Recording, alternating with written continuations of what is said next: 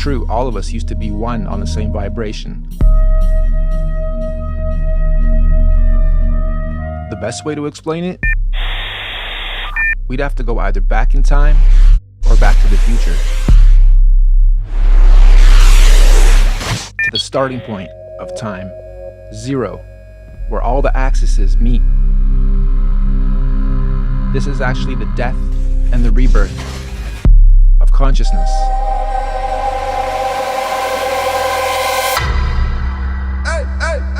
I had my eyes closed, my ignorance was bliss, but then it died slow as I replaced it with my fist. Now I'd rather know and rise from this abyss. Now that I'm aware that I'm infinite consciousness, I had my eyes closed, ignorance was bliss. Now I'm being followed for spreading these messages.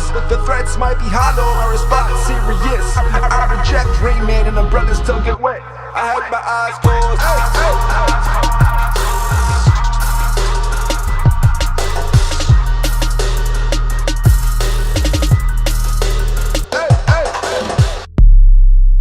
With the huge controversy on whether we do live on this spinning ball or a flat plane, I'm here to present an alternate theory, kind of mixing both. Ready?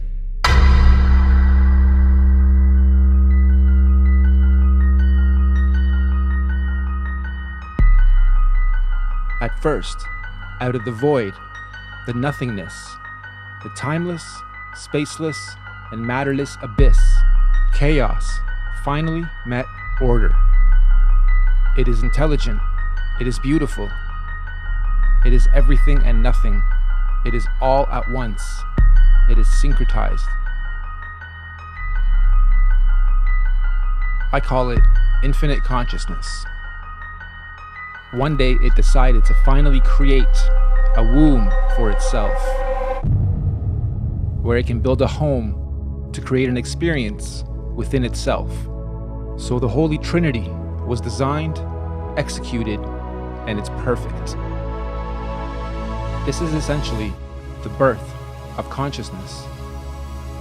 In the center is absolute consciousness, where everything overlaps: birth, life, death, creation, sustenance, and destruction, the Father, the Son, the Holy Spirit. Everything is divided into threes, hence the 33.3333, etc. number being so popular and important in our society.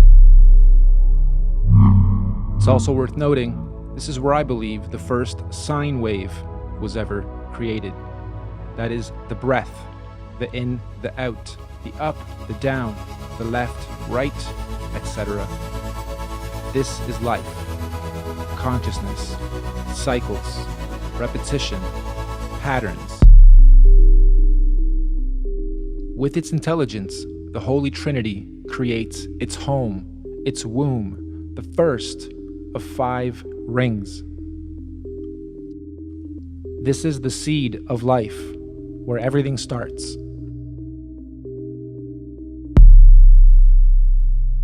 While slowly transitioning from chaos to order, the Trinity divided itself into 3 portions. Just like on a magnet, you have red and blue, positive and negative. Here we have birth, which is up top, Polaris, the highest star. In the middle we have life, which is green. And on the bottom we have death, which is red, negative polarity. This is also why we have RGB in our color codes. I'll actually explain that one in a bit more detail a little later, because it is important. Next, the Trinity started to stir its creation, essentially creating our cosmic vortex, the universal highway, and our atmosphere generator, all basically connecting us to the Masterverse, so they say. Up top, this also creates the mainframe that powers it all. This gives us our energy, our weather, our flow of airs, waters, currents, all spinning clockwise, oscillating, and giving us our gases, gravities, densities, buoyancies, turbulence, etc.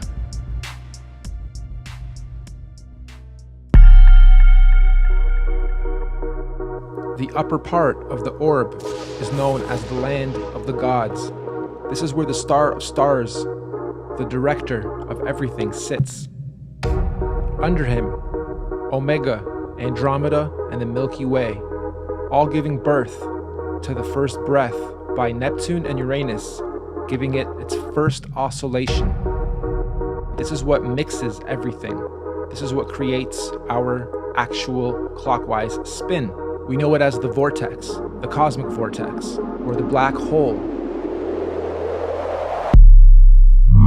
Next, we have our actual Earth, built in 3 parts as well, both above and below. Like they say, as above, so below. So we have 3-part pyramid here, and each level of these pyramids are our lands. So we have the crust, the mantle, inner core, and outer core. This is also what gives us our 4 elements of life: air, earth, water, fire. Also, now that you have this viewpoint, you can see that there is such thing as space. However, it's not to go to other planets up there, it's to go to outer lands beyond our perimeter. Why can't we go to the perimeters? This is why right here. These are called toroidal fields. You guys know them as the Van Allen belts. There are 5 toroidal fields that separate the lands and give each its own ecosystem, its own sun and moon, and give each its own atmosphere, and rotate and oscillate to give the Earth its breathing system.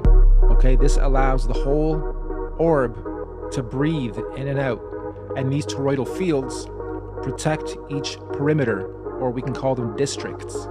So we are on the center one, and you'll see 4 here with a tiny one in the center of our Earth, which is the North Pole.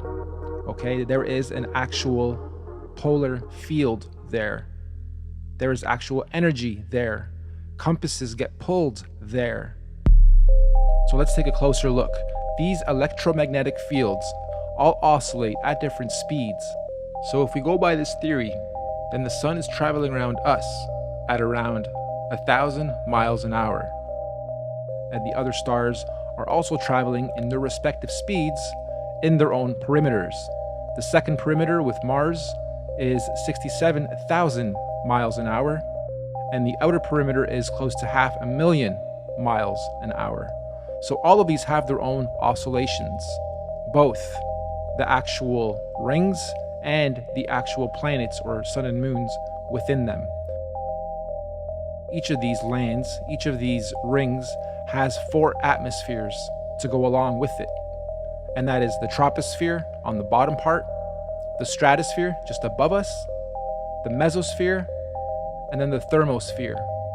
And again, going back to the vortex that spins from above and below is what gives all of these their oscillations. We're going to talk more about oscillations a little later because they are very, very important.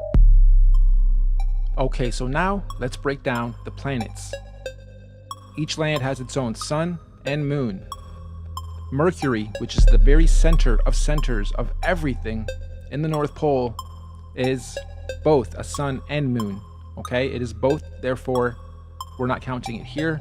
We're saying there's 3 suns and 3 moons, man and woman, left and right, positive, negative.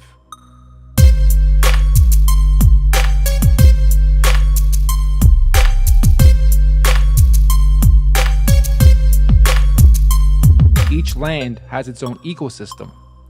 This is where the theory of extraterrestrials or extra terrain, extra land, come from.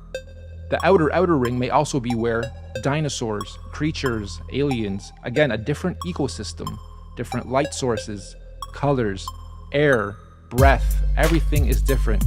So, when they say they're trying to explore outer space, it doesn't really mean up, because those are luminaries, those are stars, those cannot be landed on. They mean outer lands beyond the perimeters known as the South Pole or the Antarctic.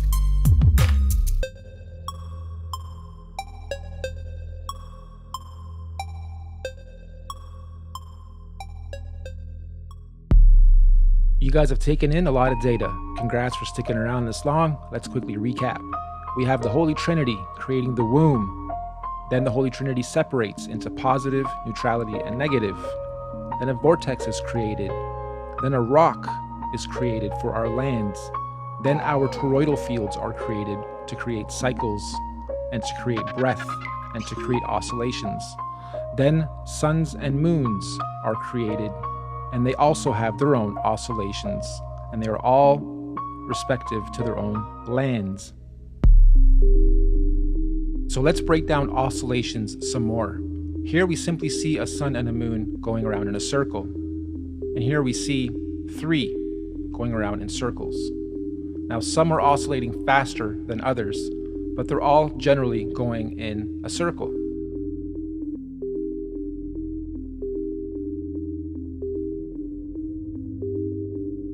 And they are now going to oscillate in a lot of different ways as well.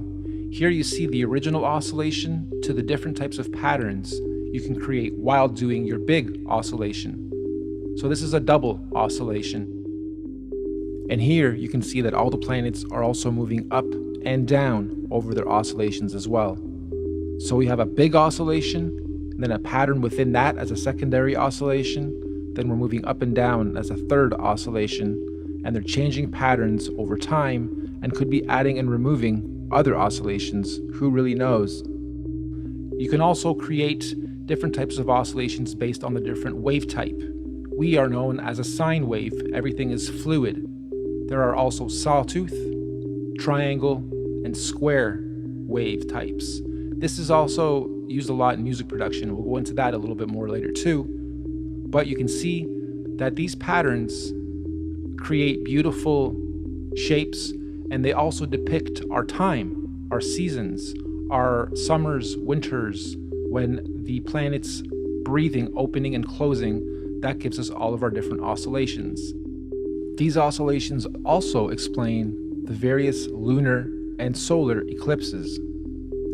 Think about it. In certain oscillations, the sun will be going in front of the moon. In other oscillations, the sun will be going behind the moon, or vice versa. And that probably happens with all the planets. That's why sometimes you'll see people ask, why do I see 2 suns or 3 moons or whatever, the various variations and phenomena that we see. Generationally, these patterns have been tracked to some degree. If you actually pause the video as these are going around in their circles, you'll start to create amazing shapes. And if you connect all the planets and the dots, so to speak, you'll see where the yin-yang symbol comes from, the positive negatives come from, color theory comes from, frequencies come from, everything basically comes from these oscillations. It is a beautiful system of design. They say the fallen angels or the illuminated ones have had this knowledge, which I'm presenting to you today as a simple theory, but there's probably some truths to some of this, have had it for a long time, and it has been perverted and distorted over time. Now, just as a side note, wouldn't it be a great story to tell the populace that you cannot get off this planet, because there is just infinite time and space outside of this plane?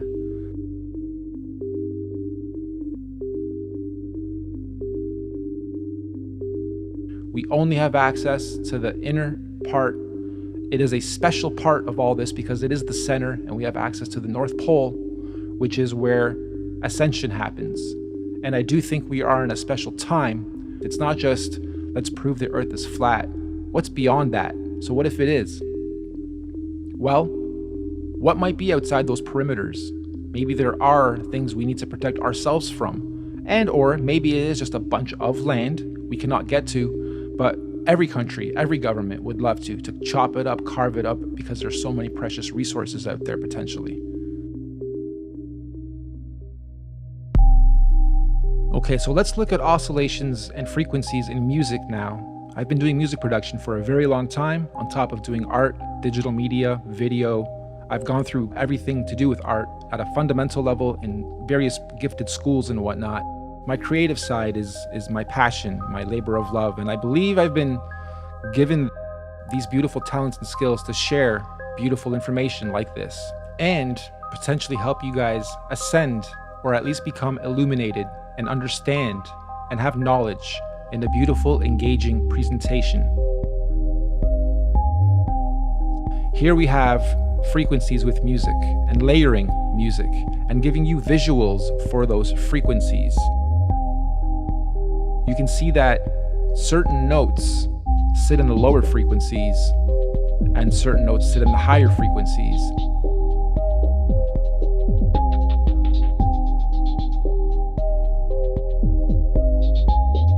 But here you can see layers of audio overlapping each other and creating beautiful waves as well.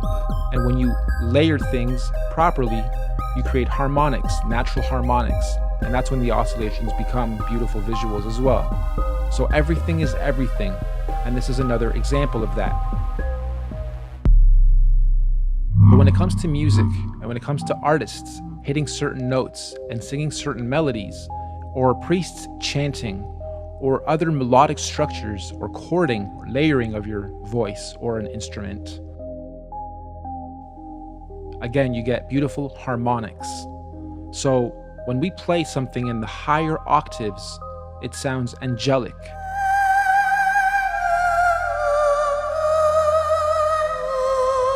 When we play something in the lower octaves, it sounds demon-like.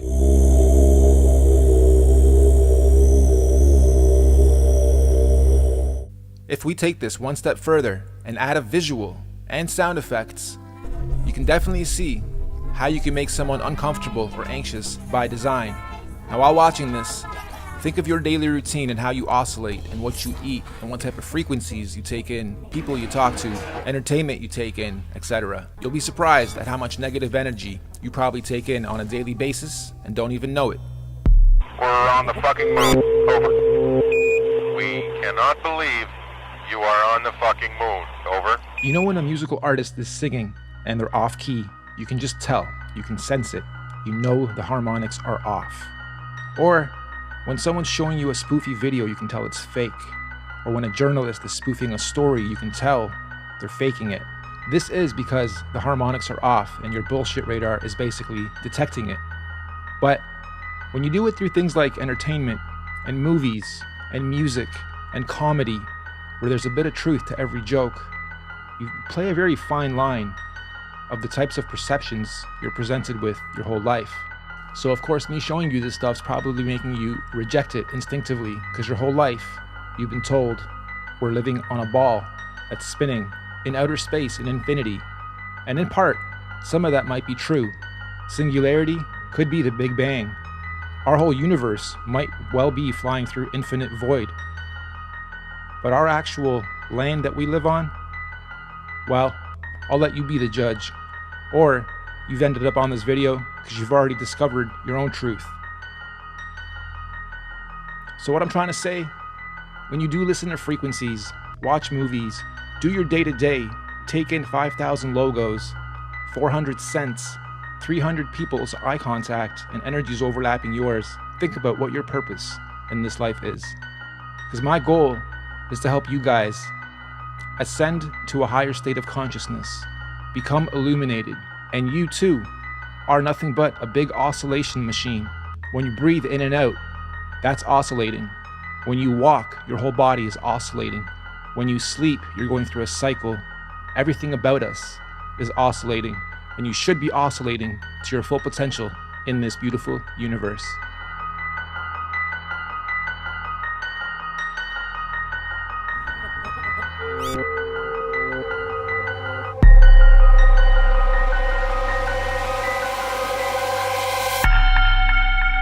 In between the fourth and fifth toroidal fields is where the firmament sits.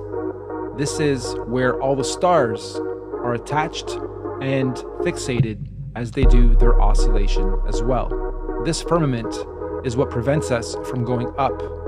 In fact, there's footage online of rockets being sent up by independent teams, and you can clearly see it hit something up there before coming back down.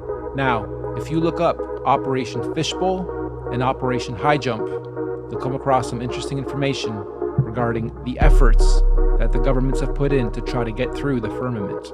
Anyway, That is how the star system works.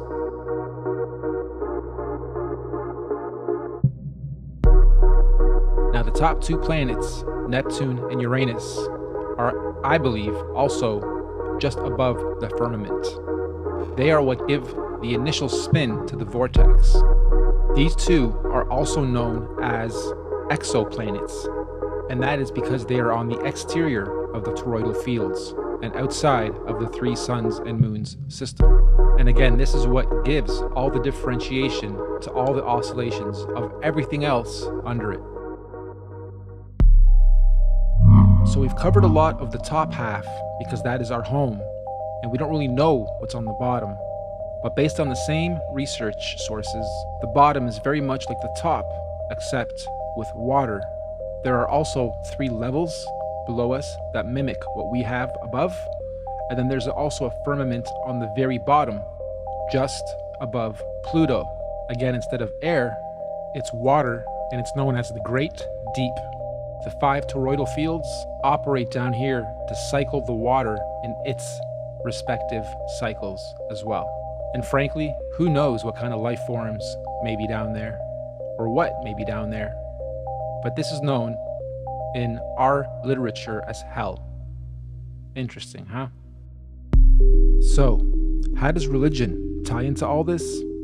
Let me try to explain, and this is just my opinion. I believe all the holy books were simply metaphorical stories to explain exactly what I just showed you. I don't believe they were actual people. I believe they were depicting everything you see here, and all the variables were given their own characters. I'm going to stick to the Bible here, just to give you guys a couple random examples, and then please refer to any of it for yourselves to see if you can pinpoint the metaphor. When they say Jesus died on the cross, that is a metaphor for Jesus is Christ. Christ represents consciousness. Consciousness died on the cross. The cross is the crux, again, the cross section, the middle point of middle points. And if we look at the cross in a 3D format, you'll notice it's not a plus symbol.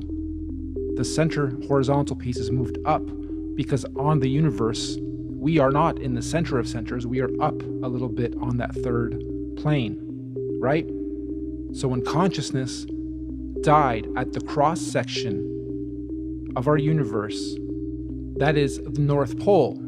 And when they say follow the North Star, that is Polaris. And the birth of Jesus is also under the North Star. The very center of the first toroidal field inside is known as the Garden of Eden. That is a holy place. That is a spiritual place. So when Christ was crucified, consciousness ascended into the heavens through the moons, because you come in through the suns and you leave through the moons, ascended into heaven, and 3 days later was reborn. Again, a metaphor for reincarnation, or your next cycle, your next life. This is where past lives, future lives, we are our own ancestors, etc., comes from as well. Also, in the name of the Father, Son, and Holy Spirit derives from this too. Pretty much every single thing you see in the holy books, it's a story and a metaphor to explain one of these variables in this beautiful universe. Hey, I'm just putting forth theories. I'm not trying to push any religion onto anybody, nor am I religious. But I do believe that people in ancient times simply had this knowledge and again told it to us in story format, or in book format, or in holy book format. I thought a lot about how to close this out because I've given you a lot of intel, and some of you are probably laughing, while others have been here before, and others are even farther along in the research than I am. Some of you are probably asking, where did you get all this info? Are you just making this shit up, or is this actually sourced material, or... Well, it's a mix of ancient literature, cosmology, science, and putting various random puzzle pieces together for a long time. Again, it's called the Norb Theory because it's just that. I don't believe in this definitively either.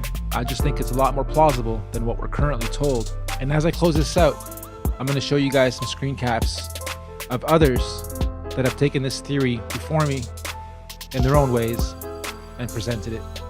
I'm also going to leave links in the description to the stuff that influenced me, at least some of it, that breaks some of this down and gives it even more context.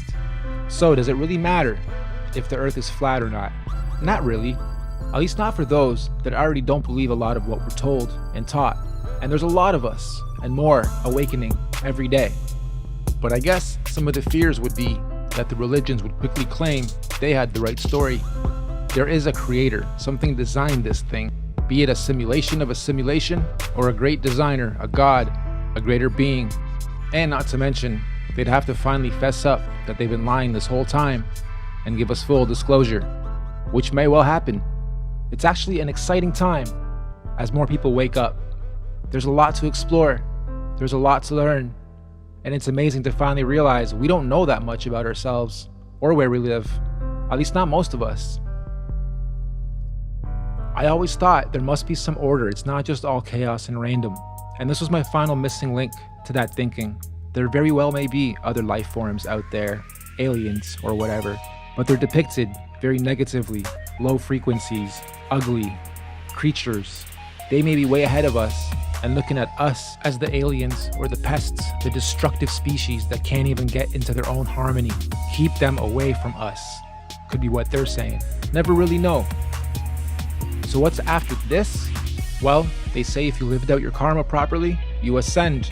If not, you're doing this again. Is there going to be a part 2? Who knows? Hopefully, all of us will be actually living it instead of watching it on your screens. They have nations divided. They have religions divided. They have demographics divided. They have age groups divided. And now they're going after the biggest, the gender war. Whether we're going to space or we're going to the outer limits, I still believe the purpose of life is to be good versus evil. I still believe I've made it to where I've made it to in life because I've challenged everything and I've not been definitive with my thinking, especially when it comes to belief systems, politics, the way I oscillate in this lifetime, and how I spend my time and resources and efforts to try to achieve my goals. As we go through this transitioning, this big mass awakening, I'm sure some of you can already feel it and sense it. More and more of you guys are going to come to your own truths faster and faster than ever before. So if anything, I'd love for you guys to at least keep an open mind to this and anything that is presented in front of you as fact and definitive. If you can't touch it yourself, explore it yourself, see it yourself, not just on a television screen, not just through news, not just through an organization, be it government or not, then don't just blindly believe it just because you've been told something your whole life. Doesn't make it true. But do your own research. And the 5 most important words that I don't think they want me telling you, they're simple. All you need is love.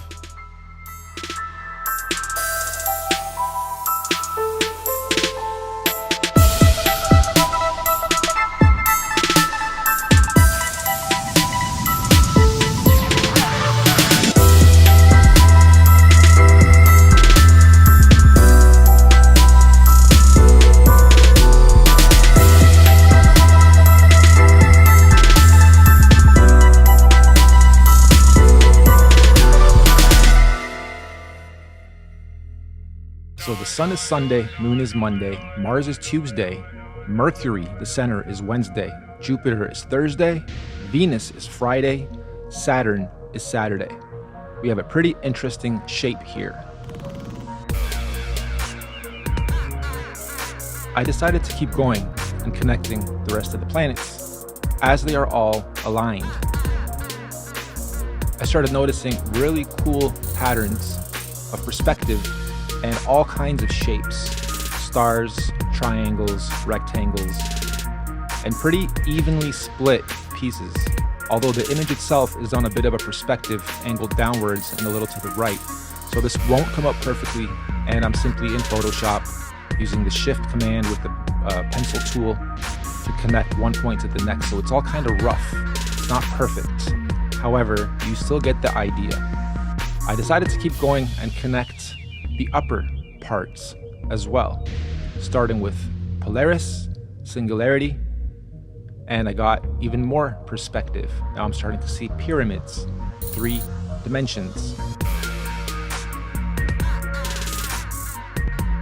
Then I started to think about some of our structures and some of our stories, and the story of Babel, where they built the tower to try to get up there. And Polaris decided, nope, we're gonna flood everything, you guys gotta start over. You can't cheat the system to try to get up and ascend faster. And I started to look at some of the other pyramids and noticed the 3 big ones. It's important because the tallest is always Polaris, the second tallest is always a sun, and the third is always a moon. So the suns are always a little higher than the moons. Anyway, just thought this was kind of interesting as I start overlaying some of the images. Okay, so I start to go even higher now and connect the midpoint, the firmament, well, the midpoint up there. And I get even more perspective, perhaps even more dimensions. And again, as they are spinning and oscillating multiple directions at the same time and changing that directional pattern, we go through different cycles of time. We go through different cycles of energy.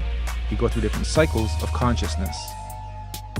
Then I started to get a little sinister and look for logos that might fit, and came upon this. Again, just theorizing, just having some fun and being creative, seeing what I could come up with. And as I get each new puzzle piece and go, aha, something interesting just happened, let's add this to it, let's add that to it. This is just me, again, theorizing, being creative on perhaps why the chevron vector symbol is so important, because it's in everyday use all around us in all our energies and all our logos. This is definitely one of my biggest masterpieces as far as compiling a bunch of info and presenting it with wicked graphics, my own music, Foley, 3D from scratch, pretty much everything you see here. And I'm really proud of this thing. So please feel free to share it, critique it, drop your comments below. If there's any corrections to be made, feel free to drop those too. Thank you so much for watching, and have a great day. I had my eyes closed, my ignorance was bliss, but then it died slow as I replaced it with my fist. Now I'd rather know and rise from this abyss. Now that I'm aware that I'm infinite consciousness, I had my eyes closed, ignorance was bliss. Now I'm being followed for spreading these messages. The threats might be hollow, my response serious. I reject Rain Man and umbrellas still get wet. I had my eyes closed.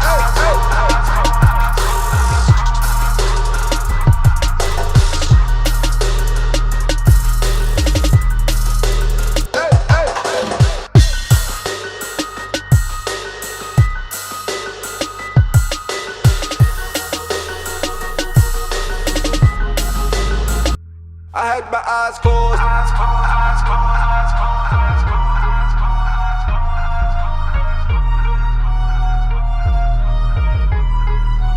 Hey, hey, hey. My eyes closed.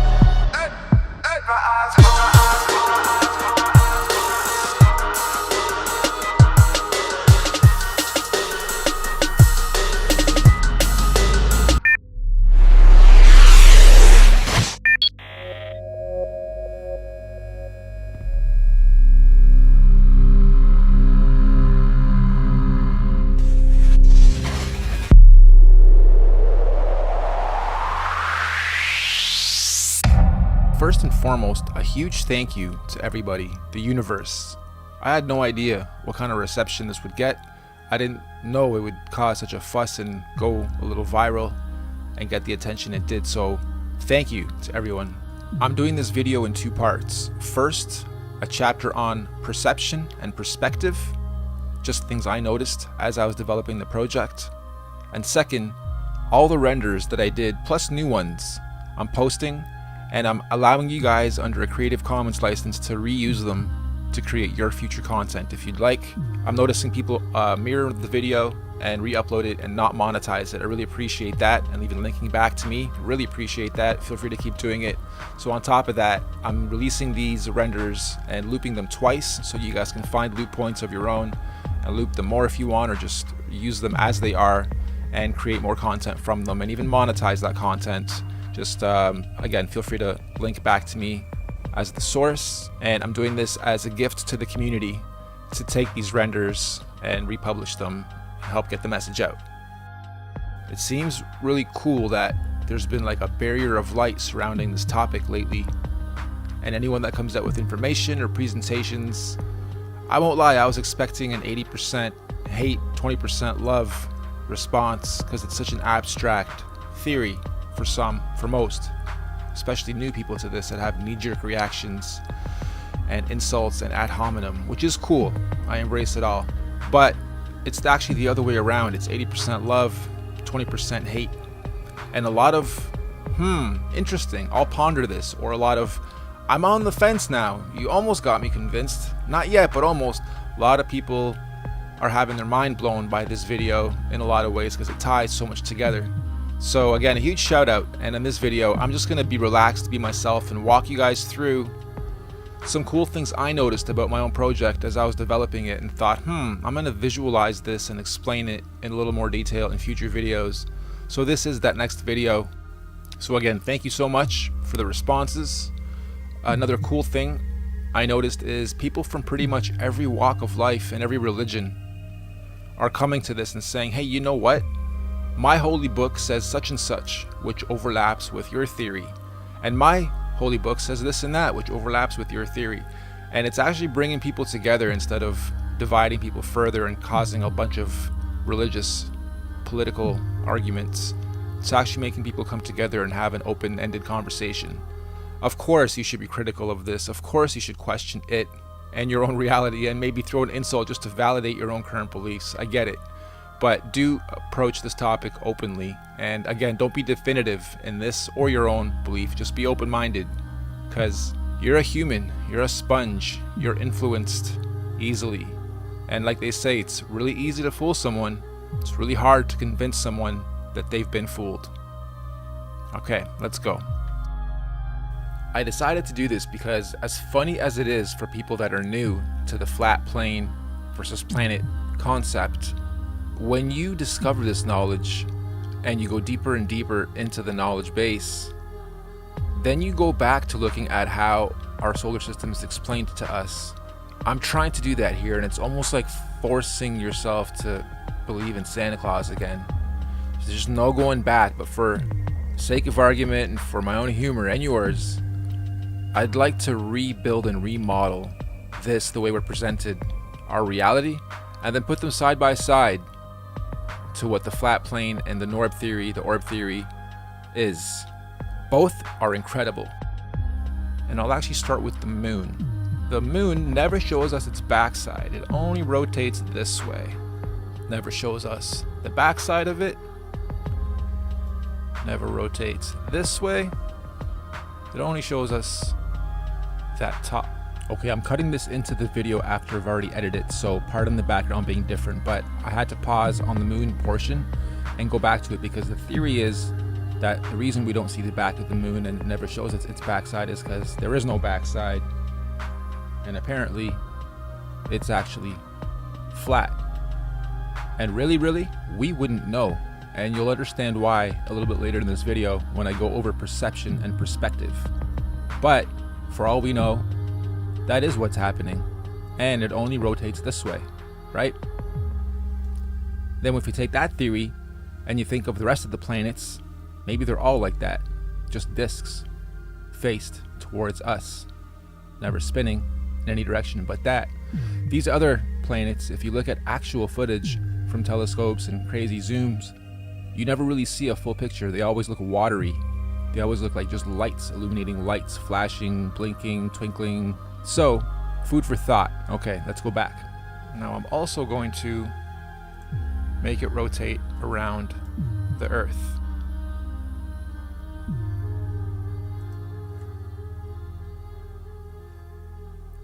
Okay, so we have the moon going around the Earth, and it's doing its x-axis rotation as it goes around once. And apparently the moon is 237,000 miles, I believe it is, away from us. So now I'm going to go to the Earth group. Okay, just to show you guys what's happened so far. Now we have the Earth spinning, the cloud spinning a bit faster just to give it some realism, and the moon going around us. We're not going to animate the other planets either, because it's going to start looking really ridiculous actually. But let's do one step further now, where we got to zoom back out 93 million miles away. Alright, so now the Earth is flying around the Sun at, I believe it's 67,000 miles an hour. So we have something like this. The moon's rotating around us. We are rotating 1,000 miles an hour. Both the moon and Earth are rotating around the sun at 67,000 miles an hour. Again, we're on the surface, we're not flying off because gravity holds us down apparently, right? Also, just so happens that within the last 50 years, thanks to this beautiful technology, we have discovered that these asteroid fields out there are a danger to us. They never have been in the last millions and millions of years of this apparent planet's existence while it's doing the same fly through infinity with never-changing scenery. But now, we can actually tell that an asteroid might be on its way to Earth and we have to build a defense system to protect ourselves from it. Just now in the last 50 years. Never before, but just now because we have the technology to apparently view it, right? So let's go one step further. We're going to take these asteroid belts and also animate them and make sure that they're causing a potential danger, right? Causing a potential danger. We're spinning, baby, we're spinning! Everything's spinning, and somehow we're just not feeling it. And we can't measure it. And we can't reproduce it. And we can't see the actual curvature of that ball unless we're looking through lenses and funny tricks. So here it is, without animating the rest of it just yet. I'm going to animate a few more things. But you'll notice the camera's easing in and out when it's doing its loop. Right around here, it stops and then picks up again. That's not realistic, so I'm just going to spend a moment and make sure that I have everything interpolating properly. We haven't even touched oscillations. This just goes in a perfect loop. Doesn't go up, doesn't go down, doesn't go further out, doesn't go further in. They're not telling us a lot even in this model, just to make it make more sense. Alright, so give me a second here. There we go. Now it should be looping seamlessly without stopping or easing in or easing out. And this is just forever. Now again, oscillations should matter and should be included in this. So in order for me to oscillate this, the Earth would have to be moving up and down as it's going around, and also have to be going in and out, doing its spiral to change seasons and to change all our weather patterns and whatnot. So we're not going to go that far with this. I'm just going to take this one step further now though. Take this to a top view. Zoom out a little bit more so you guys can get a better view. 93 million miles away. Nanu, nanu. Okay, so we're flying 24,000 miles and we're going around the sun 67,000 miles. Now we got to do this too. The sun and all of this is spinning around as well at 500,000 miles an hour. So everything is spinning while we're spinning, while the moon's spinning around us. And now on top of that, 500,000 miles an hour, the next figure is literally everything flying through infinity in the void at whatever millions of miles per hour that is. I forget that figure. Okay, this is parallaxing. Some stars are closer, some stars are farther away. The ones that are closer are going to fly by faster than us, than the ones farther away. The ones farther, really far away, barely move. This is parallaxing. This is when you know you're in a 3D environment, going through space, going through things. But we never see this, and the first star is so far away, it just always looks like this. Always. With a center point right there. If we're focused on Polaris, it would be right there, and a time-lapse video would show perfect trails the same way every single night. No parallaxing. Never flying through actual space. Never observable anyway. Let's do a little test now, shall we? Out of these two spheres, which one is bigger? Which one is smaller? Or are they both the same size? This has to do with perspective. Okay? I'm going to switch this to a double viewport. I'm going to switch this to perspective view. Look at the difference in sizes. This one is simply in the foreground. This one is way in the background, but it's huge. At least 5 times bigger than this one. If I didn't show you this though, you would still see them as being the same size. Maybe even this one being bigger, which in reality it is 5 times smaller.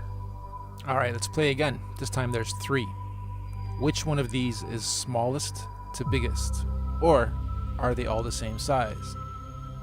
And as you're getting your final answer together, think about when you look up. We don't look up too often, but when you do, how often do you see the sun? How bright can you claim it always is? Versus does it always stay the same brightness, the same distance from us? Is it oscillating a little higher up, a little further in towards the center, or a little further out? Is it slowing down or is it speeding up? Is it emitting the same brightness? Is it hitting the same atmospheres? Right? Perception comes into play into everything, especially your reality. Okay, the one on the left is actually the smallest and the closest to us. The one in the middle is the biggest by far, and it's way in the back. The one on the right is right along the center axis. Yet here, they all look like they're in the same plane, right? Until we start doing this. Even then, you don't really know how far or how close each of these really are in relation to each other. Take this into account when you're looking at sun sets, sun rises. It's not actually rising. It's just coming towards you and going away from you. Okay, let's keep going. Here's another one with a couple differences. Which one do you think's bigger or smaller? Which one do you think is lit up a little bit differently? I'm gonna give you guys a moment. Really take a second to think what else could be different. Well, even if this was a photo from space, they could still really easily trick everybody's perception into thinking it's a sphere, when in reality, it's a plane, a flat plane. With the right lighting, you can make anything look 3D. Okay. While I'm here, I'm going to do one more thing. Okay, so to reverse this, even if we are on a flat plane, if the flat plane is actually a big circle, if we can go high enough, that horizon may very well become curved. But it's not because we are on a sphere. It's because we're still looking at that edge, which is curved towards us, right? So even right now, it's already starting to look like a globe, but it's not. It's flat.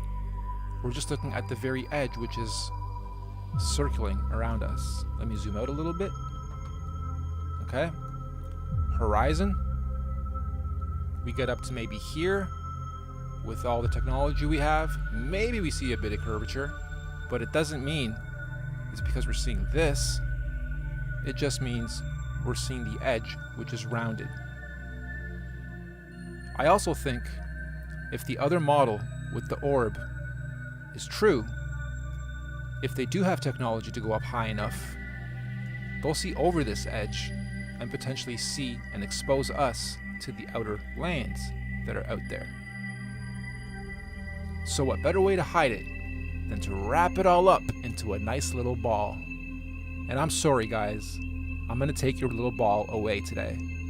Let me show you how easy it is to take a flat map, turn it into a ball, and hide a piece of it. We've been talking about perspective and perception.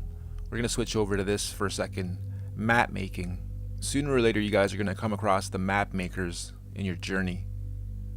And we take for granted how important people that make maps and survey the lands really are. We also take for granted what imaging and technology can do. Take a map that is flat, double it up. I'm going to add a little light here, give it our hotspot from 93 million miles away. Give it a glint so it's nice and shiny. Don't worry, that'll soften up a little later. I'm going to give it an indent so that it gives it a little bit of depth. And here's where the magic comes in. I'm going to give it a sphere effect, which basically takes my map and wraps it. And now I can take the tops and bottoms and hide land. Map makers are really, really important. Perception is really, really important. Don't forget, we start on a flat map. Surveyors survey maps that are flat based. They operate on a flat model. Half the world operates on a flat model. Society was built on a flat model. Railroads, canals, everything operates on a flat model. There's never been mathematics that have included curvature in any of the building of our societies and civilizations of the past. Map makers are really important. We can go one step further now. Drop this into another program. Give it some effects, colors, hue, saturation, etc. And really warp your perception. And from when you're 2-3 years old, the first time you're playing with a globe, indoctrination starts young. And as an adult, convincing yourself or others that you've been fooled, it's scary. And even then, I don't think discovering that we live on a flat plane is the scary part. I think people are actually okay with that part. I think the scary part is the why. And once you start going down those trains of thoughts, that's the part that we reject naturally and instinctively. Anyway, map makers are really important. Now let's take a quick look at how the sun hits us. This is a representation of the sun over water in a hot spot, and this reflection would be going towards you because it's water. This is only possible on a local sun, not when it's 93 million miles away to have a hotspot like that. Here it's the same hotspot, but it's opened up bigger, the sun is brighter, the sun's fall off is a lot different, and then here it's fully blown out, and then here it's minimized. The average person does assume that the sun just goes in one big loop and doesn't have too much variations in how high, how much it oscillates inwards and outwards, how bright it shines, what the fall off is, etc. Here's another one. I'm curious if your perception picks up that this is going around us in a big loop, or is the sun just going from behind us, creeping up, giving us light, going over us, and then just going farther and farther away instead of actually going down. Alright, we start losing brightness and it starts going out of view and it's gone. Is it going up and down or is it going over us? And then when it gets way out of view, it just loops around and it comes back around behind us and in front of us again. We see our shadows being caused. Going back to perception, I'm wondering if you guys can tell, is this light going around the Earth in a circle? Or is it just going over it in a straight line? And how would you know? If perspective is everything, right? Now the good thing is this works on both models, and the point I'm trying to make is that if something is 93 million miles away, you would never see hot spots the way we see them. Let me just get rid of all this. Here we go. Flat plane or globe, we have a hot spot, and you can see that by reflections in the waters. You can see it by the disbursement of the cloud rays coming through the skies. Here's another look quickly. Here's what I propose, which is a local sun going around us in a loop that's local and close. And here's the hot spots that it would cause. Now I'm going to switch that off and turn on what they propose. So here is a top diagonal-ish view, and here's the sun the way they're telling us it is. As far as it being huge but really far away, there's no way it would cast hot spots the way a local sun does. Right? That's a lot more realistic to what we see, especially when you actually see real footage of anything that's anywhere close to the sun. That's us. Okay, let's go back to what they're telling us for a second though. I want to show you what we don't see. That is the sun. It shines in every direction, very bright, according to them.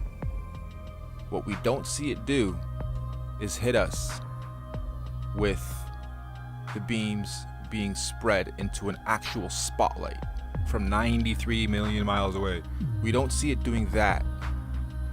We wouldn't see it doing that. It's impossible from 93 million miles away to cause a hot spot on one little part, unless it really was a spotlight, unless our sun really is an actual spotlight, and they can control it the same way I'm controlling it here, giving it its spread, its fall off, its intensity on how bright that whole thing is going to be, and then how the hotspots will be hit and how far away seemingly this is.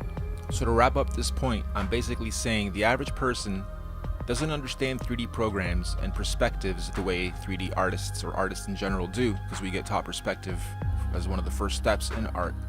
And the average person doesn't take into account intensity, fall off, the day-to-day differentiation of the suns and moons, and their oscillations as they spiral inwards and back outwards over the course of the seasons.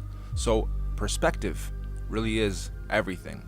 You don't know by looking at it how far away it is from us, but you do know by ways of lighting, shadows, and understanding how lighting and perspective would work on a grand scheme when you're working with a light source coming from 93 million miles away versus a light source that is local. Now, like I mentioned before, if we are living on a flattish disk that's round, if we get high enough, we'll still see what we could perceive as a curve, right? But this isn't that. This is an actual sphere, a globe that we're looking at. And as we get higher, your perception definitely would see more and more curvature as you look downwards. But not only that, I think a lot of things people take for granted is when you see the far shots with cameras that can do crazy zooms and you still see things upright, that doesn't make sense. And let me explain why. Now, of course, this isn't to scale, but you guys get the picture. The further away we go from things, if we're on a curved surface, then everything has to be upright according to its center point of perspective.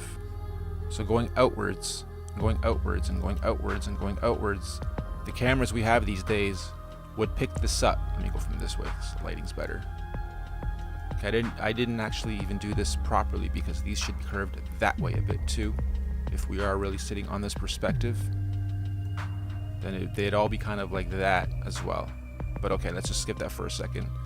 We would see over the course of the distance, A, only a limited field of view, and B, as we get further and further away, things would naturally seem to twist away from us, going that way, more and more and more and more, right? The further away we go from something, the further away we would start to see that. And if we can get a shot 1,000 miles away, not only would it be curved like that, but it would be way below our point of view because of the curvature itself. we wouldn't be able to see around the globe. Refraction or no refraction? People seem to think refraction is simply reflection, and it's not. When things refract, they distort, they invert, and it looks nothing like a typical mirage, or what they tell us is a mirage. And yet, the way we look at things, everything is straight, as if it's built straight up. Nothing is built going outwards in every direction. Photos would illustrate that, especially aerial shots. A huge aerial shot would show all kinds of curve on the sides of buildings. Everything would seemingly go away from you. And as you pan around, let's say we're going up in a hot air balloon and we get really high. As we panned around, everything would be skewed really far away from us. Okay, I'm gonna stop here and switch over to the renders and just have some commentary for you guys as you're watching the renders. I know a lot of the points I raised have been illustrated before, maybe even better than mine, and I'm kind of being redundant, but I just wanted to go over the few things I noticed myself while doing this project.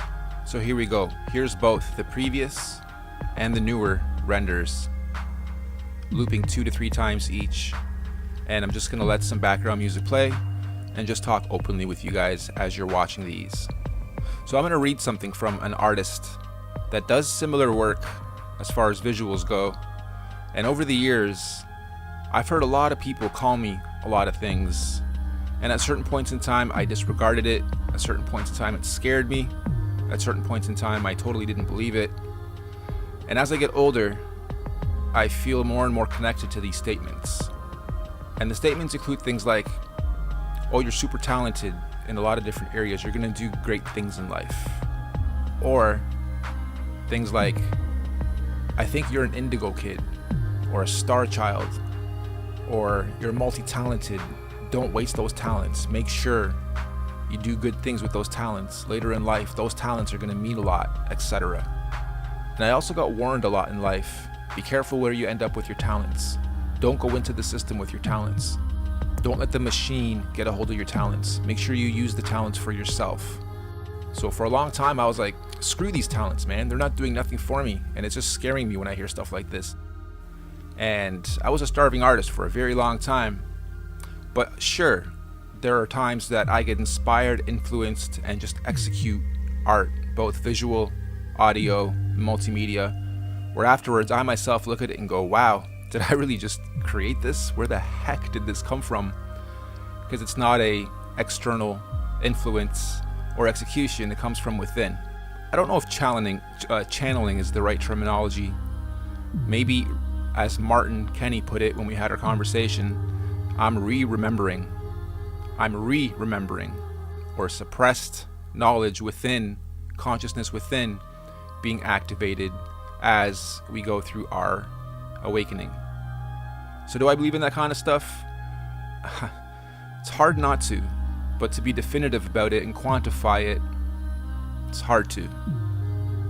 A lot of synchronicities have been happening for me in life recently too, and even synchronicities where that are sort of retroactive, and I look back at my past and certain things I've done in life, even certain art I've produced in life years ago, makes a lot of sense. So in future videos, I'm actually going to film and photograph the art that I've been doing from 20 and 30 years ago that weirdly resonates now and makes sense now more than ever. Like, I'm talking abstract art, alien-ish art, psychedelic-ish art, fractal art, all of it sort of inspired by art before me, or information, or a sound, or a scent, or an image within. Fellow artists, fellow creators, fellow creative types, the adults that get to be children on a day-to-day basis are the children that made it. We're the kids that made it. We're supposed to raise the vibration of the planet, and sometimes we don't know how or why and when it happens, but it does. So let me read this to you guys. Her name is Cece Kaldachan, or Kalichan. Hope I got that right, one of those. She says, I have the ability to communicate with beings beyond this dimension. The imagery of my work has led me to an appreciation of the world we live in and the world beyond this world that are interconnected. The structures depicted in this artwork are combined frequencies which can be interpolated as musical, mathematical, electrical, or script descriptions. I believe these frequencies can be deciphered with some manner of code breaking. I speculate that extraterrestrial beings communicate through emissions of individual symbols from the electromagnetic technology, which is consequently understood by the conscious mind as information. She goes on to say, I feel like I'm in school and higher intelligences are instructing and teaching me. It's almost like a thesis, a work in progress. It has opened my mind to the bigger picture, which includes biology, neurology, physics, astronomy, astrophysics, theology, philosophy, spirituality, technology, anthropology, archaeology. I feel I am in school and higher intelligences are instructing and teaching me. After the work, it forces me to read and learn what they have suggested. It has awakened me to a higher consciousness and awareness. I learned to see life differently and how everything is interconnected by a mathematical order, balance, and harmony that flow within us and beyond. This art progressed in groups at a time, telling me something that I was not aware of until the next body of artwork was completed. It took approximately 10 years before I realized that specific information was being relayed to me through this art-making process. I think that's beautifully said. I think that encapsulates a lot of artists' purposes. Why are we talented? Why do we have these gifts? Why do we see things, hear things before they're even there, and then execute them to be just as we saw or heard them? Sometimes I question my own abilities and art skills and whatnot, and while they have done a lot for me, they have freed me financially, spiritually, broken society's chains off of me, it's a confusing place to be, to have a label of being an indigo kid, or a star seed, or someone here to help raise the vibration of the planet. Every creative person I feel has the ability to help raise the vibration of the planet. Even in my business path in life, my biggest accomplishment to date was developing music production software, over 20 titles, and moving hundreds of thousands of units, both free and paid, to kids to help them discover music production. And now if that isn't helping raise the vibration of the planet, hundreds of thousands of kids are learning how to make music and be harmonious with sound. I feel like that's been my biggest accomplishment and purpose to date. And now, being taken from a starving artist mode to having abundance, it loops back around once you're done spending money and enjoying life as it was supposed to be enjoyed, and all the rewards that come with having these talents and finding yourself. You come back around and you say, okay, I've done it all, I've achieved the success thing, and now what? And you start going down, or I started going down, a spiritual journey. Now what? What else can I do with these talents and skills? What's my next purpose now that I've accomplished this thing of freeing myself and of sharing the beauty of music in a way where I'm helping other kids create it, teaching them on YouTube how to do it?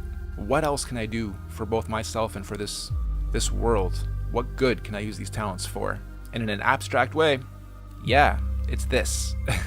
This phase, this body of artwork that I'm creating and producing is coming from within. It's sending me down paths to learn information and then learn more information even once I present it to you guys. Meaning, since I've posted that first Norb Theory video, I have learned a lot from you guys, even in the comments section, throwing your 2 cents in, some very detailed and beautiful knowledge, and obviously going down other branches of information that this has led me down through other videos and other just knowledge paths. Some people meditate, some people pray, some people alter their consciousness with drugs or mind-altering substances. Some people do very abstract things in life and do extreme things in life, again, to alter their states of consciousness, to feed consciousness, to feed experience. And for me, it's creativity. It's actually creating something to look at, to listen to pull an emotion or give an emotion from, hopefully positive ones. Also, in the search for duality versus monoism, good and evil presenting itself and deciphering between the two, or only showing light, only showing positivity. I have a hard time with that. I think one is needed for the other to be appreciated. So not all of my bodies of work are rainbows, butterflies, unicorns, and perfect bliss only. There is hints of pain, of frustration, of creepiness maybe. And so in the previous video, I oversaturated it in any way I could to touch emotions. including some pain or some confusion or some anxiety, but I disclaimered it at least. Not everyone in life gives you disclaimers. I even learned recently, although it's not new, it's new to me for some reason, this whole 144,000 people, beings, souls, spirits that have been sent here that are all being activated now to help bring change. Apparently, our DNA is supposed to be reactivated. We are supposed to start remembering things. We are supposed to start receiving messages in various ways to disperse, decode, and spread. Some say heaven on earth.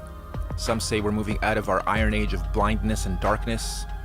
Some say it's the Palladians coming back to reawaken us, their cousins. Whatever it is. Since discovering this and doing my research, it seems everybody claims to be one of these 144,000. You know what's scary? It's not when you claim you're one. It's when others tell you you could be one.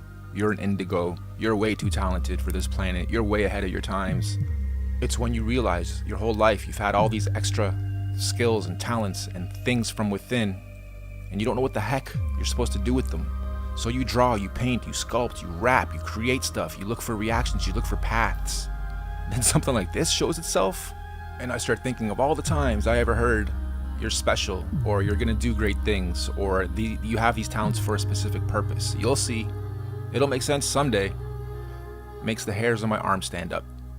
If my talents truly can help change and shape the world for the better, of course I'm in. Having said that though, it's like when you buy a new car. You don't realize how many Toyotas are on the road until you own one, right? So there's a biasness I feel of anyone that discovers this knowledge is like, hey, I'm one of the first to know this. I must be one of the 144,000. I'm not going to label myself as one. It's just interesting that I'm coming across this knowledge kind of after the fact. Also, a lot of this needs decoding, including the 144,000. I could be decoded into a bunch of other things. So I'm not looking too deep into it, but I do think it's kind of trippy.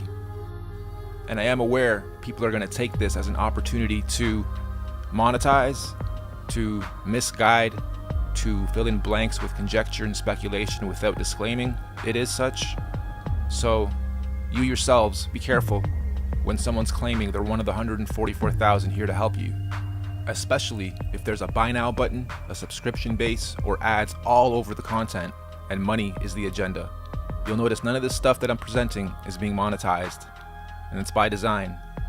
It's not for money. I have some. My truest joy from my talents is not seeing my bank account. My truest joy in my talents and my art, my execution of my art, is actually seeing people's reactions. I even didn't know how infectious it would be to read the comments and see people's reactions.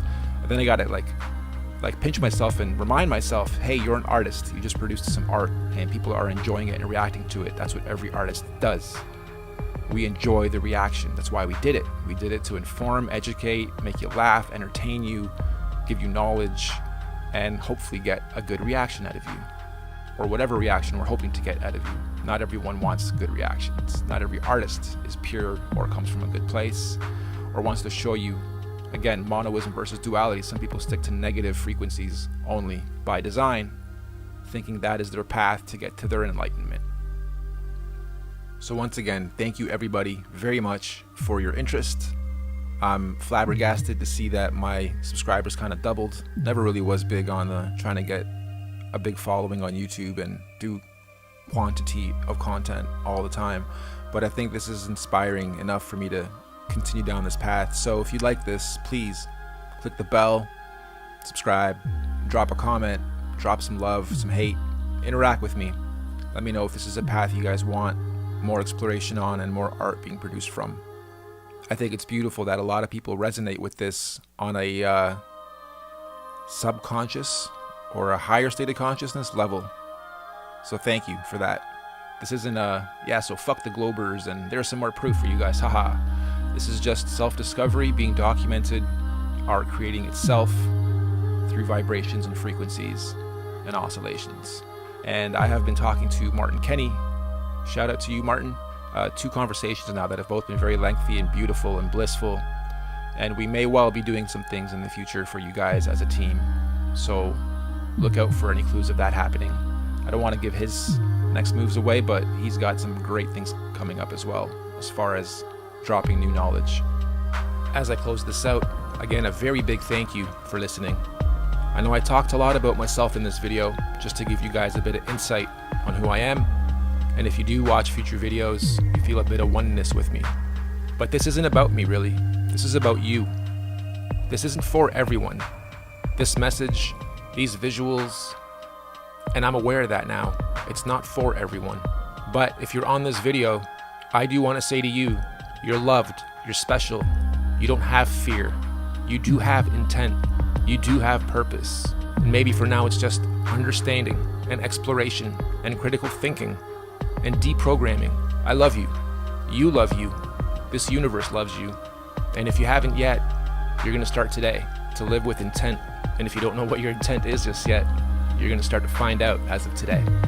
I feel like my purpose is to actually awaken other creative types. So if you're on here and you are into music production, you draw, you paint, you do graphic design, you dance, you are an expressionist, you know how to encapsulate a moment or an emotion or a vision or a sound and express it through beauty, I think my message goes furthest with you guys, to take what you're seeing and feeling and further express it in your own way to at least produce more beauty in this world. More love. I think that's going to be my slogan. More love. Anyway, thank you. I love you.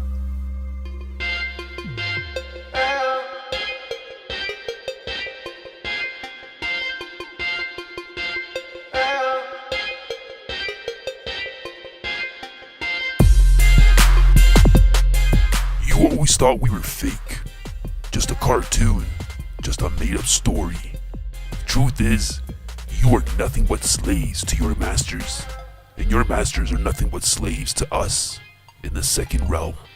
You are there to mine the wealth of the land because we cannot operate at your frequency. How do you think you got all this technology in the last 50 years? With no help? Yeah, right.